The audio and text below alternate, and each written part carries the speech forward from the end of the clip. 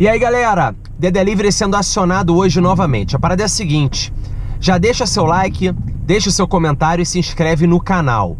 Hoje eu vou dar uma carona para Edmundo Animal, jogador que tirou muita onda e agora, além de ser comentarista, tá viralizado na internet, escrevendo Vasco em tudo quanto é rede social. Olha, a parada é a seguinte, se você quiser concorrer a essa camiseta aqui, essa camisa autografada oficial do Vasco da Gama, que eu vou pedir pro Edmundo autografar, escreve no comentário Vasco. Escreveu Vasco, você já tá concorrendo, beleza? E outra novidade, agora o The Delivery tá no Spotify. Você vai lá no Spotify e digita The Delivery. Tem todos os episódios lá para você poder ouvir. Já que você às vezes não tem tempo de ficar olhando aqui o YouTube, você pode ficar ouvindo no carro, enquanto você está trabalhando, lavando louça, em casa. Você entra no Spotify, procura The Delivery. Todos os episódios também estão lá nessa plataforma, beleza? Tamo junto e partiu!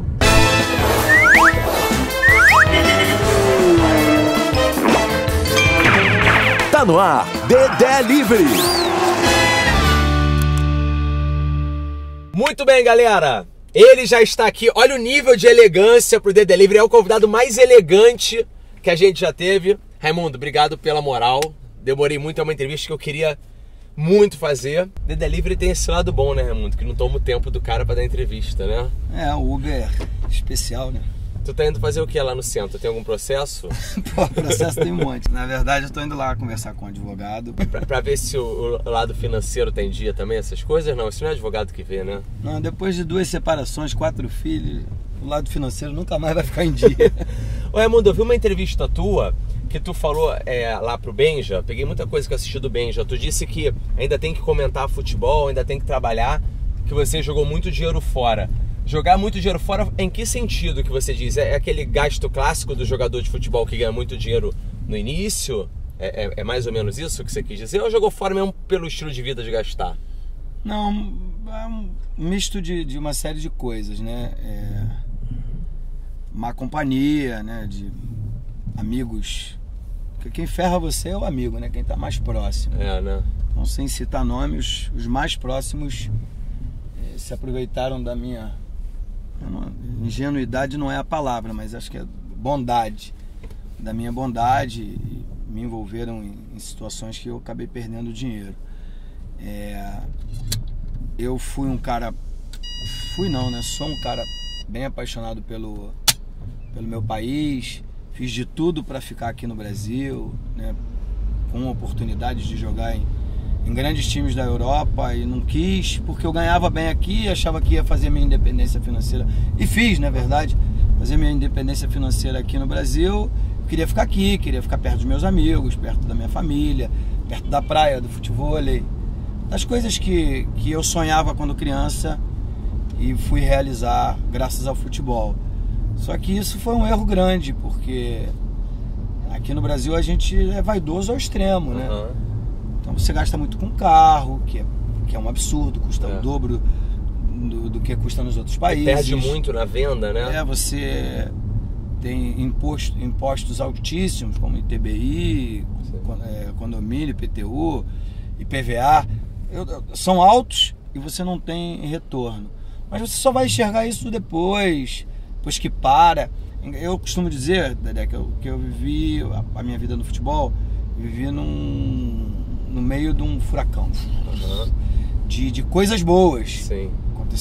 Aconteceram milhares de coisas boas dentro desse turbilhão ou desse furacão. Hoje eu continuo trabalhando com futebol, né? Tenho um trabalho legal pra caramba, maravilhoso. Só que eu tô hoje fora dele. Eu fiz muita amizade fora do futebol, tenho um convívio social excepcional, sabe?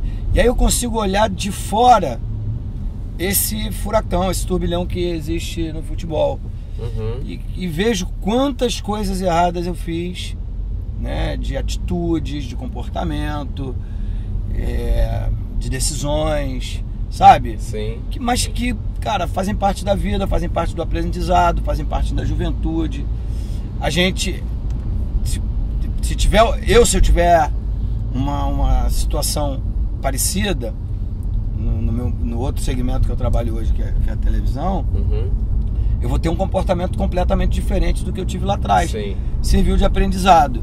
Sim. Em termos financeiros, cara, assim, eu vim pós uma geração de, Josemar, Marinho, Jorge Mendonça, de grandes craques, né, Paulo César Caju, que ganharam muito dinheiro e desperdiçaram tudo.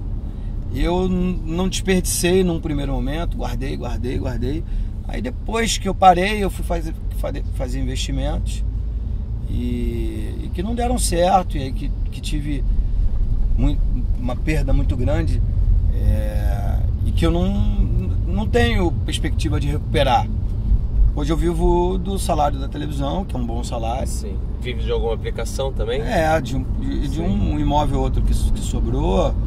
Mas eu falo para os meus filhos que o que eu vou deixar para eles, o que eu vou deixar de melhor para eles é a educação, né? Meus filhos estudaram nos melhores colégios, todos os cursos que eles querem fazer eu pago. Sim.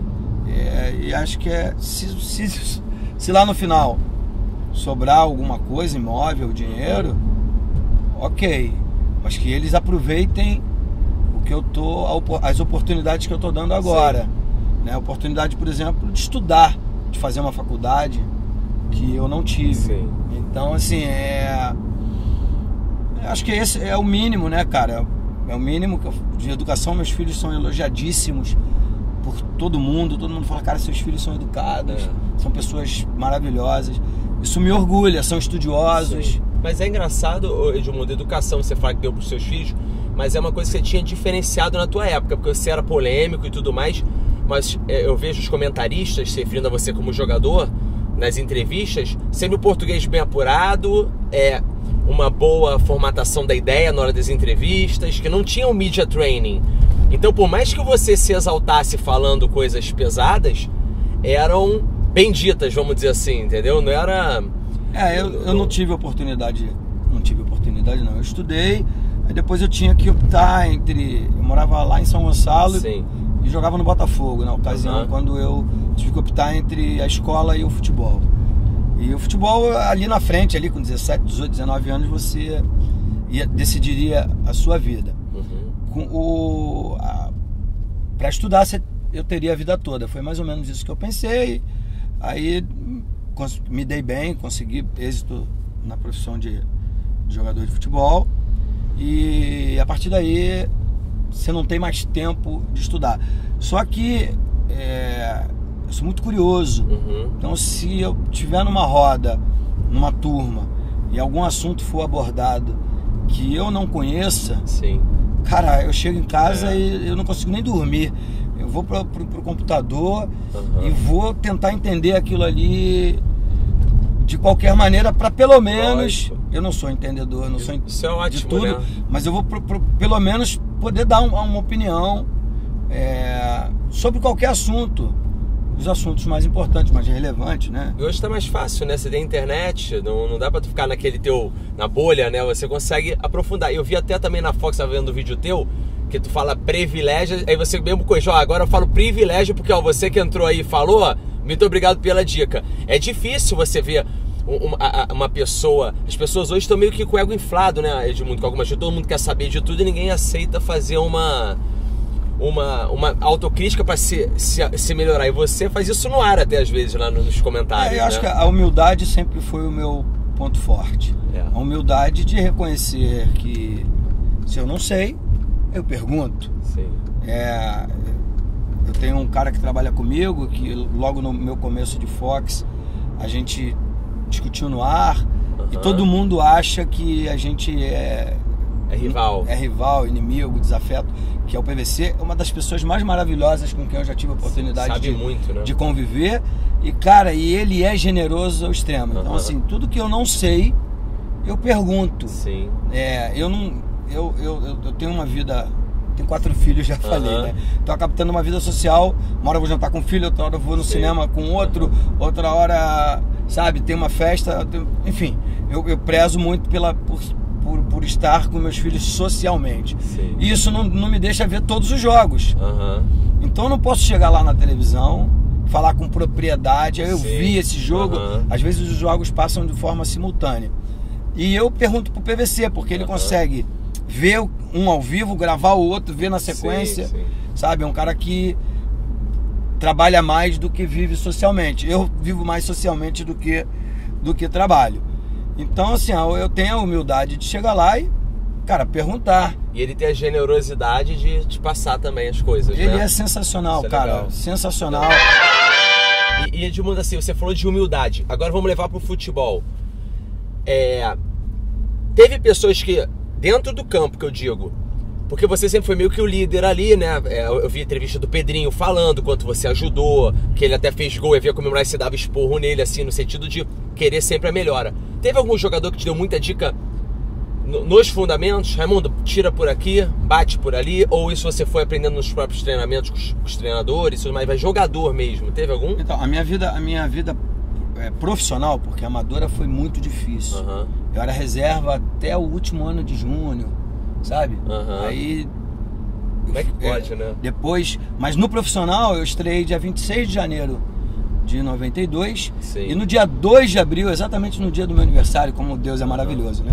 Sim. Exatamente, sou ariano. ariano, igual a mim. No dia 2 de abril eu fui convocado para a seleção. Então teve nesse meio aí, fevereiro e março. Sim. Foi no final de janeiro, 2 meses e alguns dias depois, eu fui convocado para a seleção. Então foi muito meteórico. E depois eu tive muita gente que me ajudou. Mas uma pessoa me marcou muito. Muito. Até me emociono ao falar dele. Que foi o William. O mestre William, que era um jogador do Vasco, muito, muito bom na época, um craque do time na época. Eu lembro como se fosse hoje. Ele me abraçou assim, no vestiário um pouco antes de começar o jogo lá em São Paulo, no Pacaembu contra o Corinthians, na minha estreia, que era a minha grande oportunidade. Eu estava substituindo o Bismarck, que estava na seleção, e que ia voltar na semana seguinte. Só tinha aquele jogo pra mostrar o meu futebol. E, cara, estreia é sempre muito difícil. Apesar do time ser muito bom, o time era muito bom, ajudou muito. E ele me abraçou e falou, cara, 2 dicas. Faz o que te trouxe aqui, faz exatamente igual você fazia lá no Júnior. Mas se as coisas não estiverem boas, se estiver errando o passe, corre que a torcida gosta, que você vai nos ajudar. Você pode não ajudar tecnicamente, fisicamente você ajuda, mas vai ajudar na outra parte. E eu consegui fazer isso, porque eu consegui correr muito pela juventude, né, claro, e jogar muito bem. Aí, aquele time era maravilhoso, nós fomos campeões carioca invicto, não sei o que. Eu fui vendido pro Palmeiras. Quando eu cheguei lá no Palmeiras, aí que foi mudança radical na minha vida, porque outro mundo, eu não tinha relação com o clube. Você não tinha noção daquela atmosfera, tantos anos sem ganhar título, 17 anos sem título, né? Uma pressão muito grande. E aí eu encontrei um anjo chamado Carlinhos Neves, que viu que eu tinha defeitos de finalização. Falava na cara mesmo, você tem que melhorar isso. Não, ele era preparador físico, cara. Aí acabava o treino, ele me pegava pelo braço, ele me chamava de maluco. Maluco, chega, vem cá. Aí, mas no bom sentido, né? Sim, claro. Aí, pô, vem cá. Pô, vamos treinar um pouco de finalização ali, que você tá com dificuldade. Vamos treinar um pouco de passe. Aí ele passou a me pegar todo dia após treino. E, cara, a minha evolução foi assim, grande. Tanto que, pô, ganhamos todos os títulos. Eu virei um dos ídolos do Palmeiras. Tenho um amor incondicional pelo clube. É um encaixe perfeito, uma sintonia perfeita, que eu tenho certeza que foi muito graças a ele. Claro, time, a torcida, os títulos, tudo isso conta muito. Sim. Se você pudesse voltar no tempo e mudar algo na tua carreira como jogador de futebol, você mudaria alguma coisa ou faria tudo como foi? Acho que é muito fácil você querer mudar as coisas que deram errado, né? Mas é claro que a gente pensa sempre em mudar as coisas que não deram certo. Então, assim, eu fiz tudo de coração aberto, tá? Fiz tudo de sã consciência, ninguém me obrigou a nada. Sempre tomei as decisões da minha vida. Mas, quando eu fui campeão pelo Palmeiras em 93, paulista e brasileiro, o Real Madrid veio me comprar. Não é o Real Madrid de hoje. Sim. Entendeu? Que ganhou 11 ligas europeias. Sim. Era um Real Madrid mais Era um Real Madrid começando. Diferente do que é hoje. Sim. Para você ter uma ideia, eles me ofereceram um salário, contrato de 8 anos, um salário menor do que eu ganhava no Palmeiras. Você era o jogador mais bem pago do Brasil naquela época, ocasião, né? sim. E aí, eu falei, cara, eu não vou. Cabeça de cabeça pequena mesmo. Sim. Aqui todo ano eu renovo, todo ano eu ganho aumento. Só que acontecia porque foram momentos de glória. Quando vieram os momentos ruins, o Brasil cobra também pesado os momentos ruins. E aí foi um grande erro da minha vida, porque eu tinha um salário muito alto, os clubes me contratavam como escudo, não me pagavam. Então eu fiquei 6 meses no Santos, 6 meses no Cruzeiro, 6 meses no Corinthians. Deu uma barriga na tua... deu uma barrigada. Aí eu não me firmava em lugar nenhum. Fiquei 6 meses no Flamengo. Então eu dei uma barrigada na minha carreira, que se eu tivesse aceito o desafio de ir para a Europa, naquela ocasião, poderia não ter acontecido. Sim. Entende? Eu entendo, claro. Então, assim, cara, mas juro, eu optei por viver bem. O que é viver bem? Aqui no Brasil, eu sempre morei bem, sempre tive um bom carro, sempre comi bem, frequentava os melhores lugares, os melhores ambientes. Então isso me seduziu. Sim. Eu não queria ir pro frio, não queria ficar longe dos meus amigos, não queria ficar longe da praia. Acho que esse foi o grande erro. Por que eu estou dizendo isso? Porque com 38 anos de idade, eu parei de jogar. E eu tinha um potencial. Eu tinha um potencial para ser do nível do Ronaldo Fenômeno. Não tô comparando jogador por jogador, não. Mas a gente entende. Eu tive qualidade futebolística, qualidade de futebol, oportunidade de jogar nesses times. Depois o Juventus queria me comprar, depois Milan queria me comprar. Mas faz parte, cara. Faz parte da vida. Eu acho que serve de aprendizado. Também eu não posso exigir que minha vida fosse um mar de rosas. Sim. Porque eu tive muita coisa boa, tive muitos amigos bacanas, tive família, minha família é linda, tanto meu pai, minha mãe, eles faleceram já, mas eram pessoas, acho que formaram o meu caráter, pessoas humildes, mas de muito bom coração, sabe, de uma conduta ilibada. Então tudo isso faz parte da vida, faz parte de aprendizado. O que tem coisas que te revoltam, né, Dedé? Por exemplo, eu até 19 anos não existia. Sim. Era um filho de um barbeiro, de uma empregada doméstica, como milhões de brasileiros lá de Niterói. Aí aos 19 anos entrei em campo no Pacaembu com a camisa do Vasco. E aí o mundo quer que eu seja educado, que eu seja exemplo, que eu seja um monte de coisa. O mundo não te dá nada, o Brasil, né, no modo geral, porque aqui a gente está vendo toda hora aí corrupção pra cá, enfim, essas coisas aí. Isso chateia a gente porque tira dinheiro da educação, tira dinheiro da saúde, tira dinheiro da segurança. Então, tudo isso é o reflexo do país. E aí não, eu tinha que ser exemplo. E o pior de tudo é que eu tava aqui, ó, porque eu queria ter oportunidade, eu queria ter estudado, eu queria ter sido um exemplo, sabe?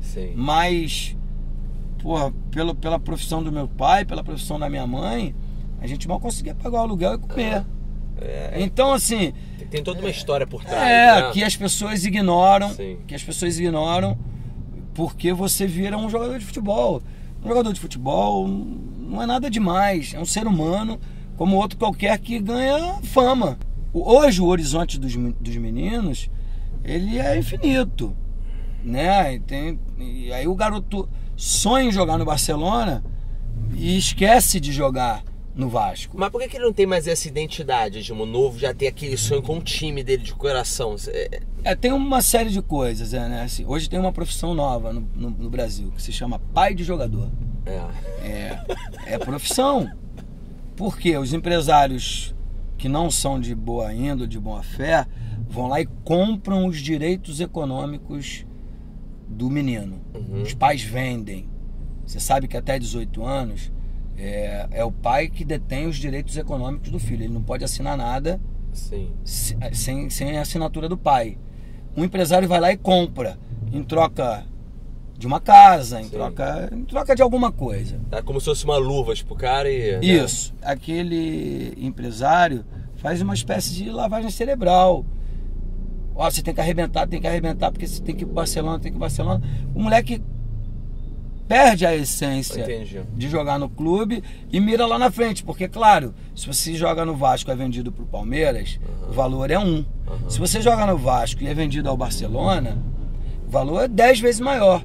E é aí que a figura do empresário, não são todos, tem gente boa na televisão, tem gente ruim na televisão, tem gente boa no futebol, você tem gente... Estou só dando um exemplo, não quero aqui. E a rede social em paralelo aí, você acha que também tem a ver? Porque daí ele vê lá o Neymar, o ídolo dele que tira mais onda, vamos dizer assim, é o ídolo que tá lá fora, do que o cara que tá aqui meio que no Brasil, parece, né? Porque lá, o que o cara coloca tá o Neymar lá na Europa com as festas. Se o cara vê isso, ele quer isso, ele não quer a festa normalzinha aqui, né? Ele pensa grande com a rede social ali ao alcance dele, com os bastidores do cara que tá lá fora, de repente, né? Agora, dia 2 de abril, não sei se vai passar antes ou depois, mas pode falar. Eu faço 48 anos, então é uma idade, né, bem avançada.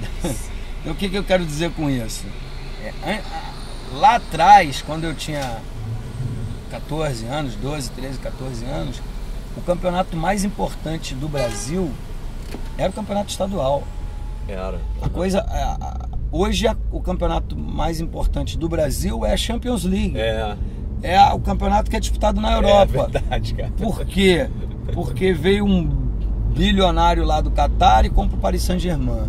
Aí o Real Madrid é o maior time do mundo, o Barcelona, que é do mesmo país, também tem o maior número de sócios do mundo, cada um tem o seu porquê. Eles criaram uma competição entre eles e venderam aqui para nós, para os brasileiros, que é a melhor coisa do mundo. Que parada é essa do Vasco, cara? Cara, isso é sensacional, é reinvenção do meme, tu foi trending topic. De onde surgiu? O que eu sei é que surgiu na foto... Isso começou na foto do Messi que você comentou Vasco, ou antes você já vinha fazendo esse longo trabalho árduo de comentar Vasco no Instagram dos outros? Eu vou te explicar como que aconteceu. Isso é sensacional. Eu vou te explicar como que aconteceu. Eu sigo a Xuxa, né? A Xuxa é Vasco. Aí eu escrevi o que lá pra Xuxa? Eu sigo a Fátima Bernardes. Eu escrevi pra aí, um belo dia escrevi Vasco. Aí escrevi Vasco. Bruno Mazeu, Fernando Abreu, Roberto Carlos, Eric Johnson. A galera aqui é Vasco, eu escrevia Vasco. Aí tem um outro Instagram chamado Se Ficar Puta Pior. Sim, tem vários nesse sentido, vários grandes, né? Aí começaram a... replicar. Me sacanear. Pô, que é isso? Que é isso? Aí começou a viralizar nos grupos. E aí eu comecei a escrever Vasco.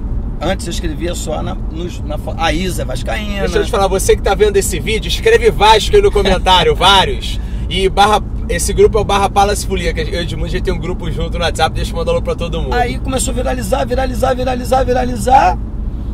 Aí, uma vez eu comentei numa foto do Richarlison, e escrevi, porra, craque, parabéns pelos gols. Aí o Richarlison, que joga no Everton. Aí ele me respondeu. Ele respondeu, pô, obrigado, sou seu fã, não sei o quê. Aí eu falei, quando eu for presidente, vou te trazer pra jogar no Vasco. Aí, pô, viralizou. Aí eu falei, o pessoal gostou. Aí fui escrever no Messi, escrevi no Cristiano Ronaldo. Viralizou muito, Edmundo, o negócio, tomou uma proporção. Aí, cara, e assim, não viralizou no mundo Na mesma semana que eu comecei a escrever. Isso já é um trabalho que você vem fazendo há um tempinho. Cara, eu não tinha a menor pretensão, eu sou zero ativo. Eu sei disso. Zero ativo de rede social. Eu te conto e falo, tem que trabalhar melhor a rede social, lembra? Não me meto em assuntos polêmicos nenhum. Sim. Fulano e Beltrano brigam em rede social por causa... Enfim, qualquer motivo que seja. Postar muito, tu posta de eu não me meto, eu não tenho pretensão nenhuma. Eu não quero ter seguidores assim, eu quero que pessoas que gostam de mim, sim, sabe, possam saber das coisas que eu tô vendo, que eu tô fazendo, do trabalho que eu vou fazer. Mas tu há de convir que tomou uma proporção absurda hoje na rede, que né? até me assustou. Me assustou. É muito bizarro, bizarro. Cara, a minha mulher tem 45 mil seguidores, eu tenho 580. Sim. As postagens dela tem mais visualizações e mais coisas que a minha, porque eu não sou ativo. Sim. Ela posta toda hora, sobremesa ela posta, vai correr, ela posta, enfim. Sim. Então assim, eu não tive a menor intenção.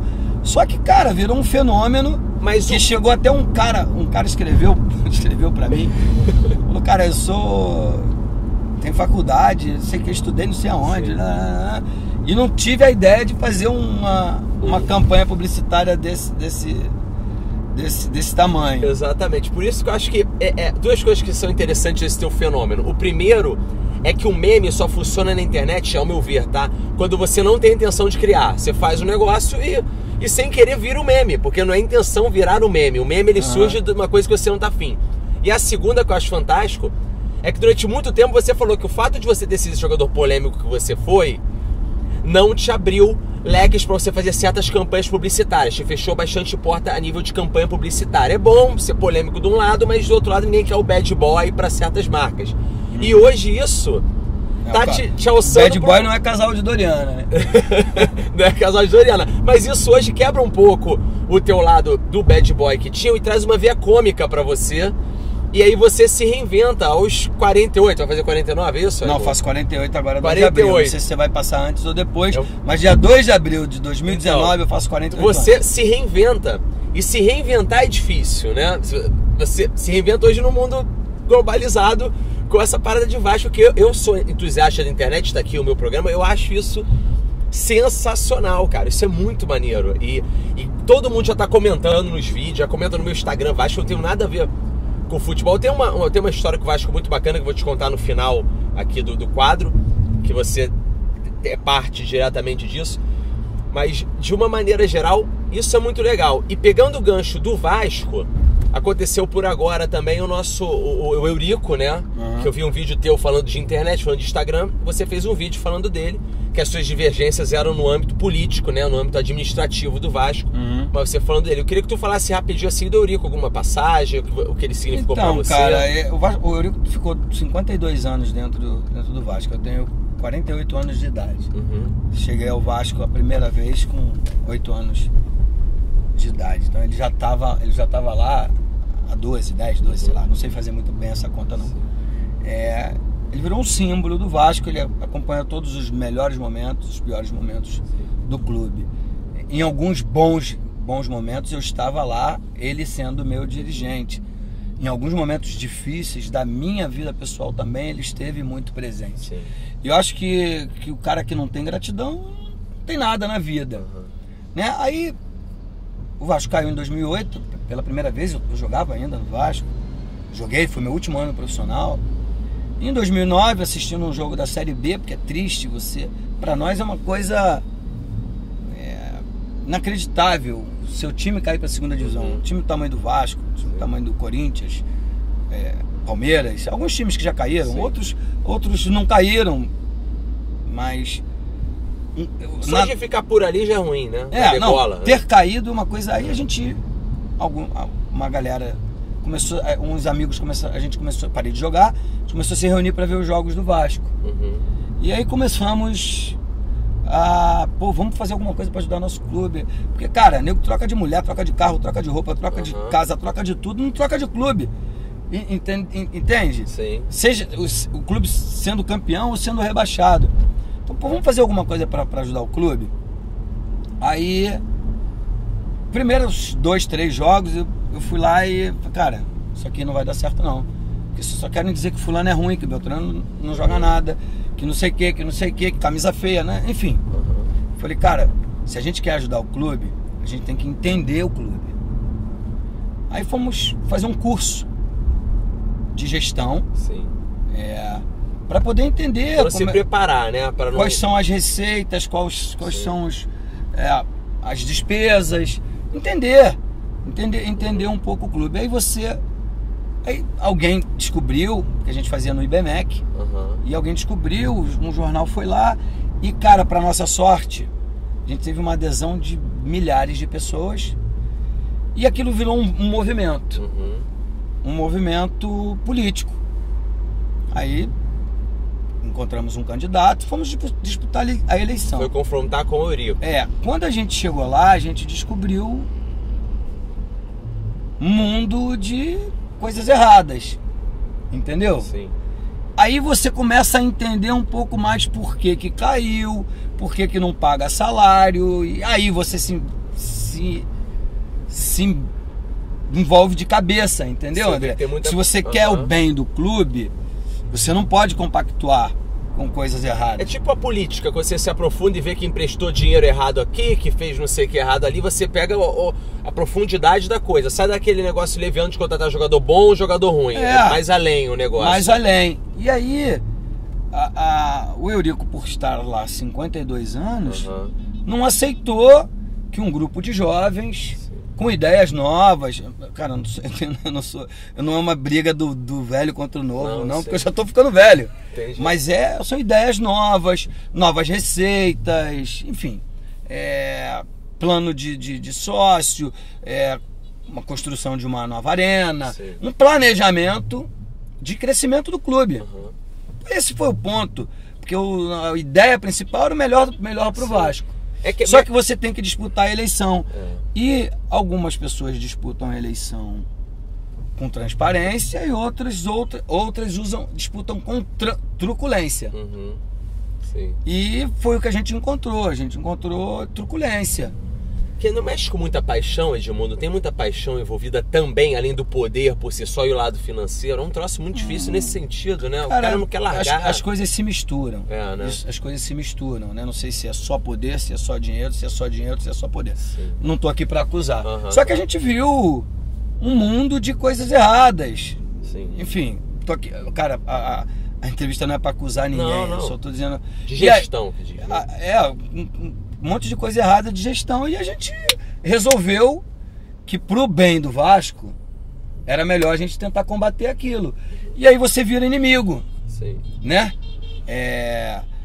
Assim, eu nunca discuti com o Eurico pessoalmente. Então não posso dizer, pô, ele é meu inimigo, ele foi meu inimigo. O último contato que você teve com ele teve muito tempo? Contato, mas você falar com ele, vocês dois trocarem, você tem muito tempo, Edmundo? Eu acho que foi na eleição de 2017, eu acho, a última vez. E aí você falou com ele, literalmente? Cumprimentei. Só cumprimentar, mas assim, falar. Como você... Não, falar aí já foi 14, né? aí foi 14. Porque a gente disputou a eleição de 14 e de 17. Sim. Então, depois que você vira inimigo político, né? A palavra inimigo é forte. Quando você vira adversário político, parece que você tá em lado oposto. Sim. E não, cara, é tudo pro bem do Vasco. Sim. Só que algumas pessoas, a nossa, não tô falando mal de ninguém ou elogiando ninguém. A nossa era com transparência e a parte deles com truculência. Aí você vai, se afastando. Sim. Vai divergindo cada vez mais. Cara, porra, é inadmissível ter que sair de lá, ter que sair de São Januário dentro do Camburão, pra não apanhar. Sim. Eu vivi minha vida que você tem, com a história que eu vivi lá. Que ponto que chega, né? Enfim, aí, cara, aí vai aguçando a sua mágoa, a sua tristeza. Enfim, aí, cara, veio a doença, né? Ele ficou doente. Ele se recolheu, ficou mais em casa para tratar da doença, o afastamento ficou maior. Quando eu recebi a notícia do falecimento, fiquei muito triste, porque é uma pessoa que eu gosto, que eu admiro, que foi um espetacular dirigente. Só abrindo parênteses, é impressionante ver como ele, como dirigente, ele transcendeu o lado do dirigente. O Brasil todo, eu vi várias homenagens, eu vi pessoas comentando, ele se tornou uma personalidade da mídia, né? Ele transcendiu só o lance do futebol, de ser um dirigente de futebol, né? Cara, se você pode olhar, não tem ninguém no Brasil, não sei, no mundo eu não sei, mas no Brasil, que ficou 52 anos dentro de um clube. E que não conheço. Com participação ativa, sendo ou vice de futebol, ou diretor de futebol, ou vice de futebol, presidente do clube, ou presidente de conselho, ou presidente, enfim, de benemérito. Ele ficou lá, ele teve uma vida de 52 anos. E de defesa ao Vasco. Não, isso ninguém pode negar. Ele defendeu o Vasco. Enfim, mas aqui o Brasil, a gente acaba só reconhecendo, só homenageando depois de morto. Isso é muito ruim. Isso é uma coisa que eu acho que o Brasil deveria mudar. Deveria reconhecer o valor das pessoas e homenageá-las em vida. Sim. Mas, cara, assim, os filhos ficaram com raiva de mim, porque acharam que eu fui ingrato, porque de fato ele me ajudou nos momentos difíceis, mas a gratidão vai até um certo ponto também, mas, cara, né? era uma via de mão dupla. Sim, claro. Né? Eu era atleta do clube, entregava ao clube os meus serviços, o meu trabalho, e a contrapartida tinha o respeito e a admiração dos dirigentes. Mas, enfim, cara, eu espero que que a família esteja bem, que ele esteja ao lado de Deus, porque tenho certeza que ele, 99% das coisas que ele fez por amor ao clube. Porque eu cansei de chegar em bar e vocês falam, futebol não é mais como antigamente. Antigamente tinha o Romário, antigamente tinha o Edmundo, fazia acontecer, que eram pegadores, bababá. Agora o Neymar tá nessa e vocês querem ter Tchouaméni e Kaká. Ou seja, vocês estão sempre satisfeitos. Quando o cara acelera, vocês querem que ele não acelere. E quando... O que você acha dessa leitura do Neymar? Você acha certo? Você acha errado? Eu gosto muito do Neymar. Eu acho que o grande problema do Neymar não é ele próprio. São as pessoas que o cercam, né? E aí vai diretamente pro treinador da seleção. O Neymar se machucou, o treinador da seleção, que eu gosto, pegou o avião, ele e o Edu, e foram lá visitar. Agora se machucou. O Vinícius Júnior, ele não foi. Estava convocado também. Entendi. Quem foi o outro que se machucou? O Felipe Luiz se machucou, ele não foi. Mimam ele demais. E aí ele acaba botando os pés pelas mãos. Em relação ao carnaval, sou suspeito para falar, porque eu vim... Pô, tu não gosta, Raimundo? Você não gosta de carnaval? Eu amo o carnaval, tá na minha veia, tá no meu sangue. Sabe, o Salgueiro tá na minha vida. Eu deixei de jogar um jogo do campeonato italiano porque eu vim pro carnaval. Eu tinha no meu contrato, tá? Sim. Eu poderia não vir. Eu tinha no meu contrato. Só que eu só vim, é bom que se explique, porque ele tinha combinado de me pagar uma grana lá e não... Entendi. E não pagou. Mas você já tava louco pra vir de qualquer jeito. Não. Carnaval quicando. Não, mas hoje eu tenho... Com a idade de hoje... Eu tô botando naquela época, né? Com a idade de hoje, eu não Você não viria? Eu não viria de jeito nenhum. Não viria de jeito nenhum. Porque todo ano tem carnaval. Hoje tem que ser muito politicamente correto. Sim. Né? Sim. Porque na nossa época, tinha que o jornal informar que a gente fez alguma coisa. Sim. Hoje, todo mundo é jornalista. Claro. Se você tem um smartphone na mão, você filma. Eu sou youtuber, porra. Isso viraliza. Virei youtuber. Entendeu? Claro. Então, assim, hoje tem que ter mais cuidado. Então, se eu tivesse que dar um conselho, não sou a pessoa mais adequada, o melhor era ele ter ficado lá, ter se tratado, ficado com os companheiros deles, que tinham um jogo super importante na quarta-feira de cinzas. E, enfim. Pra dar o apoio. Evitar essa polêmica. Agora, que ele tem direito ao lazer, direito de se divertir nas suas folgas, ele é um ser humano como outro qualquer. E quanto a isso, você acha que tá realmente mais chato, Edmundo? Falta geral. O jogador provocar, falta isso, porque daí fica... Tá chato dar uma geral. provocadinha, nego cisma. Tá chato geral. Mas não sou eu que vou mudar o mundo, Não. entendeu? Não sou eu que vou mudar o mundo. O mundo tá assim. O mundo está assim. Então, o mundo é desse jeito. Ou você se adapta a ele, as pessoas hoje têm opinião, ou emitem a sua opinião. Sim. Concorda? Como agitando, a gente tá no trânsito. Se eu gosto ou não gosto, essa é a opinião. Tá entendendo? Aham. Galera, camisa do Vasco, eu vou sortear aqui, assinada pelo Edmundo. Calma aí que a gente tá no centro da cidade. Enfim, nada com o Edmundo é light, entendeu? Você vê que com ele... Edmundo, essa camisa, por incrível que pareça, tem uma história legal. Eu vou sortear ela no canal. Costa aqui na frente? Pode parar aí. Aqui, se né? puder, né? Vai dar, a gente dá uma gambiarra aqui. Rapidinho. Vai. Fala. Essa camisa tem uma história bacana. Eu vou sortear no canal. Comenta aí embaixo, Vasco. Comenta Vasco que você já tá concorrendo. Quem me deu foi o Eurico Miranda. Ah, é? Lá no Fratelli, naquela roda que a gente tá. Sei. Então é a camisa dada pelo Eurico, autografada pelo Edmundo. Então tem uma história do Vasco grande nessa camisa aí, né, cara? Rapaziada. Não é uma camisa qualquer. Deixa seu like, comenta. Edmundo, obrigado, irmão. Foi uma honra. Vasco! Vasco! Hashtag Vasco! Vasco! Faz os 4 Vasco aqui, vai. Vasco! Valeu, Edmundo. Valeu, Dedé. Um grande abraço. Obrigado pela carona. Tamo junto, que isso. Deixa eu correr que eu tô atrasado. Abraço. Valeu, Ed.